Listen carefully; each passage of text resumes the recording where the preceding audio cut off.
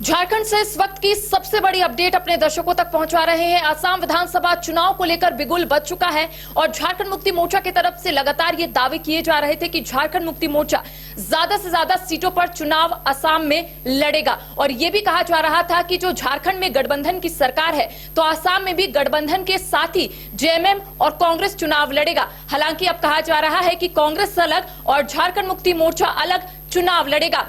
झारखंड मुक्ति मोर्चा जो है अब 19 सीटों पर चुनाव लड़ेगा। 20 सीटों पर तैयारी पूरी कर ली गई थी, लेकिन एक सीट भाकपा माले के लिए छोड़ दिया गया है। आखिर क्या कुछ पूरा अपडेट है, हमारे साथ हमारे सहयोगी नवीन जुड़े हैं। नवीन, क्या कुछ अपडेट है? बिल्कुल करिश्मा, देखिए बड़ी खबर तो यही है कि असम चुनावों में कांग्रेस और जेएमएम दोनों की राहें जुदा हो गई हैं। अब दोनों वहां पर एक साथ चुनाव नहीं लड़ रहे हैं। झारखंड मुक्ति मोर्चा एकला चलो की राह पर अब असम चुनाव में जो है वो एंट्री कर रही है। असम चुनाव में पूरी रणनीति झारखंड मुक्ति मोर्चा ने बना ली है। जैसा कि आपने देखिए बताया कि 5 सीटों का ऑफर था। कांग्रेस ये कह रहे थे कि भैया आप 5 सीट ले लीजिए और हमारी रणनीति के साथ आपकी रणनीति भी मैच कर जाएगी अगर आप 5 सीटें लेकर जाते हैं। लेकिन चूंकि देखिए समझिए करिश्मा, बहुत महत्वपूर्ण है असम का चुनाव झारखंड मुक्ति मोर्चा के लिए। हेमंत सोरेन देखिए चुनाव की घोषणा से पहले असम का दौरा कर रहे थे। एक आदिवासी नेता के तौर पर पूरे देश भर में उनकी पहचान उभर रही है और आपने कई कार्यक्रमों में यह देखा है जब सार्वजनिक रूप से यह कहा गया है कि हेमंत सोरेन अब सिर्फ एक झारखंड के नेता नहीं है, झारखंड मुक्ति मोर्चा के मुखिया नहीं है, वो अब एक राष्ट्रीय स्तर के नेता के तौर पर उभर चुके हैं। एक बड़े ट्राइबल फेस हैं और असम एक ऐसा स्टेट है जहां टी ट्राइब की संख्या काफी अधिक है। कई ऐसी सीटें हैं और जिन 19 सीटों को आइडेंटिफाई जेएमएम की केंद्रीय चुनाव समिति ने जिन सीटों को आइडेंटिफाई किया है वहां टी ट्राइब बड़ी भूमिका निभाते हैं। और यही वजह है कि यहां पर तो आप अलायंस में हैं कांग्रेस के साथ, लेकिन जब बात असम चुनाव में चुनाव लड़ने की आती है तो ये अलायंस अलग हो जाता है। तो आप समझिए कि वो वोट बैंक कितना इंपॉर्टेंट है, जेएमएम के लिए वो कितना इंपॉर्टेंट है। और देखिए आपको ये मानना पड़ेगा कि जेएमएम 19 सीटों पर उतर रही है, बड़ा डेंट कांग्रेस को ही होने वाला है, क्योंकि जिन सीटों पर झारखंड मुक्ति मोर्चा की दावेदारी है वो टी ट्राइब वहां पर लोग रहते हैं और उनको चूंकि झारखंड मुक्ति मोर्चा की स्ट्रैटेजी का एक अहम हिस्सा माना जा रहा है। एक फोकस जो है कांग्रेस की तरफ से किया जाता है। आप जो लगातार कह रहे हैं टी ट्राइब, तो टी ट्राइब बहुल क्षेत्रों में कांग्रेस की नजर जो है ये इससे पहले भी रही है। इस बार अगर झारखंड मुक्ति मोर्चा वहां पर प्रत्याशी उतारता है जहां टी ट्राइब बहुल क्षेत्र है, वहां पर कहीं ना कहीं आपने भी कहा कि कांग्रेस को डेंट लगेगा। तो क्या ये जो साझेदारी या फिर जो कह सकते हैं कि एक मीटिंग बैठी, एक बैठक रखी गई कि जेएमएम और कांग्रेस साथ में चुनाव लड़ेगा, अगर अलग अलग लड़ता है तो सीधा जो फायदा है ये तो बीजेपी को वहां पर हो सकता है? बिल्कुल, ये बीजेपी को फायदा होगा। और हिमंता बिस्वा शर्मा को अभी मैं सुन रहा था, एक मीडिया के कार्यक्रम में वो बैठे थे, वहां वो कह रहे थे कि मैं विपक्षी दलों की तमाम रणनीतियों को बहुत बारीकी से देख रहा हूं और उनकी हर रणनीति के बाद मैं अपनी रणनीति बनाऊंगा।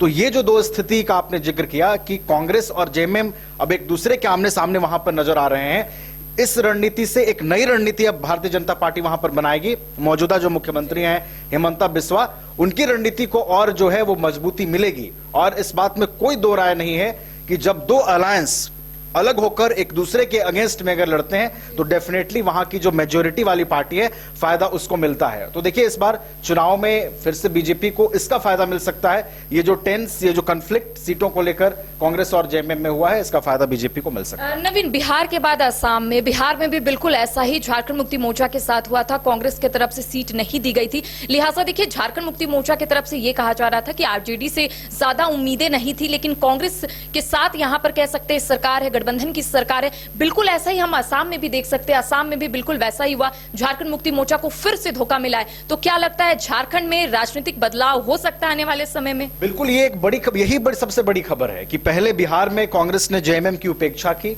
और अब जब सीटों को लेकर जेएमएम ने जब अपनी बात रखी कि भैया हमें इतने सीट आप दे दीजिए, हम वहां पर टी ट्राइब सीटों पर लड़ते हैं, लेकिन यहां पर भी कांग्रेस ने सहमति नहीं बनाई और आखिरकार एकला चलो की राह पर उतरना पड़ा झारखंड मुक्ति मोर्चा को।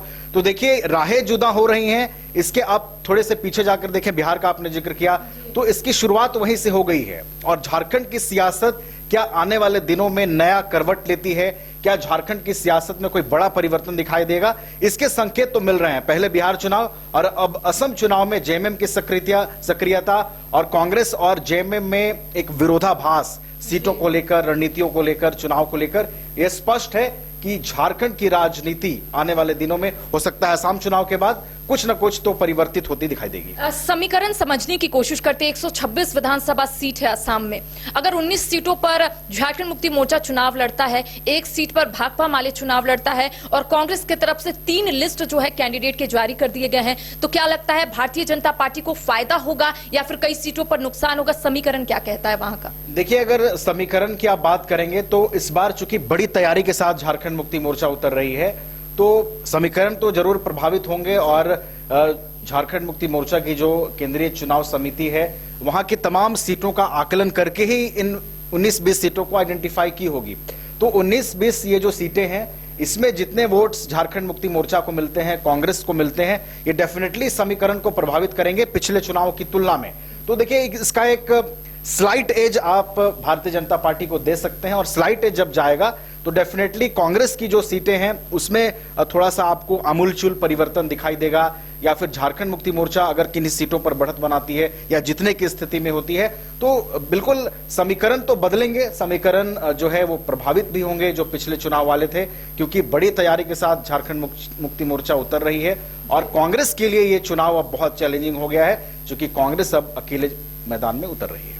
तो देखिए, आसाम विधानसभा चुनाव का जिक्र करने से पहले आपको याद होगा कि जब बिहार में विधानसभा का चुनाव हो रहा था उस वक्त कई बार बैठकें हुई, महागठबंधन की तरफ से ये बैठक हुई थी और झारखंड मुक्ति मोर्चा की तरफ से ये कहा जा रहा था कि झारखंड मुक्ति मोर्चा बिहार में किस्मत आजमाने के लिए चुनावी मैदान में उतरना चाहता है। लेकिन कांग्रेस की तरफ से जब बैठक हुई तब कांग्रेस की तरफ से झारखंड मुक्ति मोर्चा की जो डिमांड थी, जो मांग थी, उसे सार्वजनिक नहीं किया गया, जिसके बाद आपने देखा कि एक कॉन्फ्लिक्ट जो है वो झारखंड में देखने को मिला। ये कहा जा रहा था झारखंड मुक्ति मोर्चा की तरफ से कि कांग्रेस को ये कहना चाहिए था कि झारखंड मुक्ति मोर्चा कितने सीटों पर चुनाव लड़ना चाहता है।